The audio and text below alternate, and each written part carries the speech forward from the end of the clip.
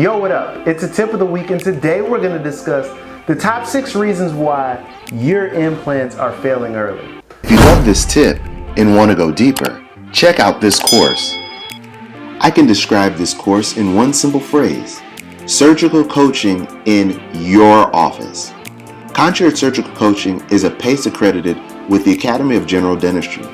This course offers an innovative approach to surgical and implant dentistry that can help you achieve your goals. Concierge Surgical Coaching gives you affordable prices, hands-on training, how to handle complications, step-by-step methods for best results, and how to discuss patient finances and your return on investment. Gain the skills you can use now on your patients for tomorrow that could achieve your production, clinical goals while never booking a flight for education again. Start earning CE today. Enroll at jaredwdds.com. Alright, so if you stuck with us on our last tip of the week, you learned the first 3. Now this is the last 3. Alright, number 1 is this.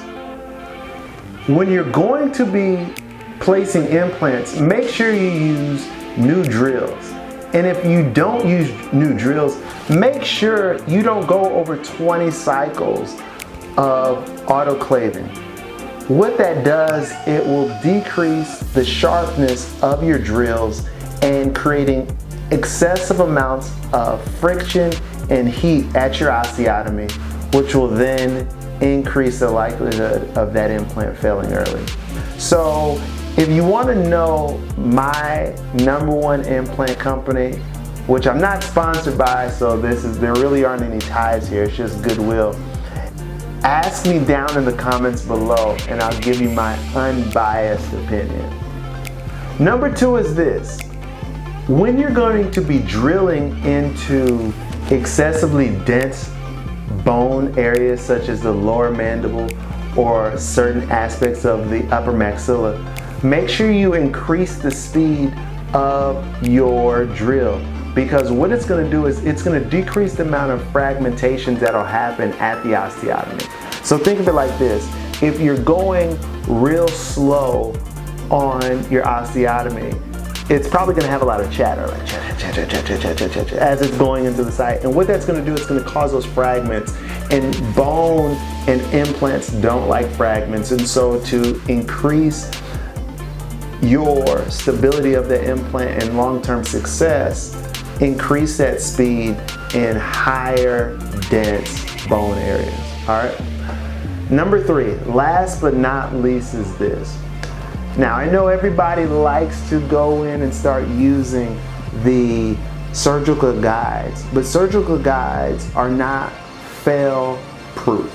And so what I mean by that is this: when you're going to create a surgical guide, make sure you modify it in such a way that your saline, or which is going to be your coolant as you are creating your osteotomy, is present so that it can get to the space in question.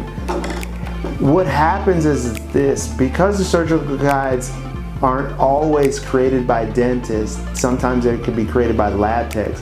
And what happens is, and let me just make this certain, some lab techs are better than dentists in this arena. But if you're not aware, if you're newly trained or you're just now coming to place implants, what happens is that if you don't remember that and you start to place that implant, the implant is going to get the osteotomy is going to increase the failure rate because there isn't any coolant getting to that area. So just modify it in such a way. And a bonus for this week is, when you're going to be using the saline, just throw it in the freezer 30 minutes before your surgery so it's nice, ice and cold, and you'll be able to have a nice cool area. You know, I remember when I was doing a surgical guide and I had a similar situation like this happen. I'm placing the implant, implant fails. I'm like, man, what the crap is happening? And when I recall this tip, I'm like, dang it, she had a significant infection. I mean, I was using a surgical guide and everything was going well. A couple weeks later, I see her back and it's just like huge, and I'm like, why did this happen?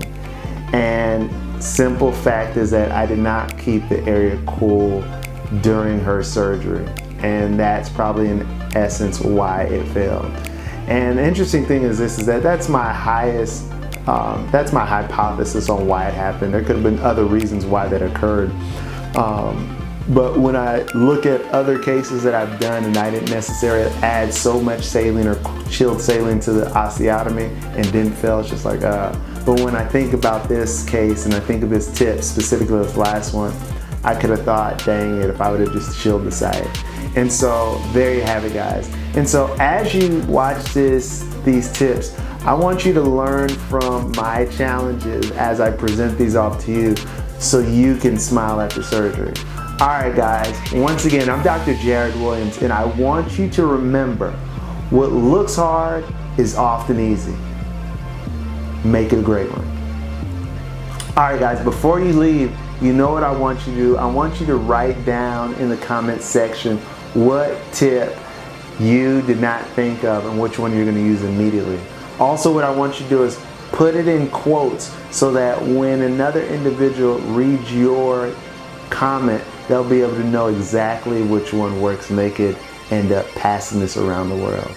All right, guys, I think I've taken enough time from you. Once again, make it a great one.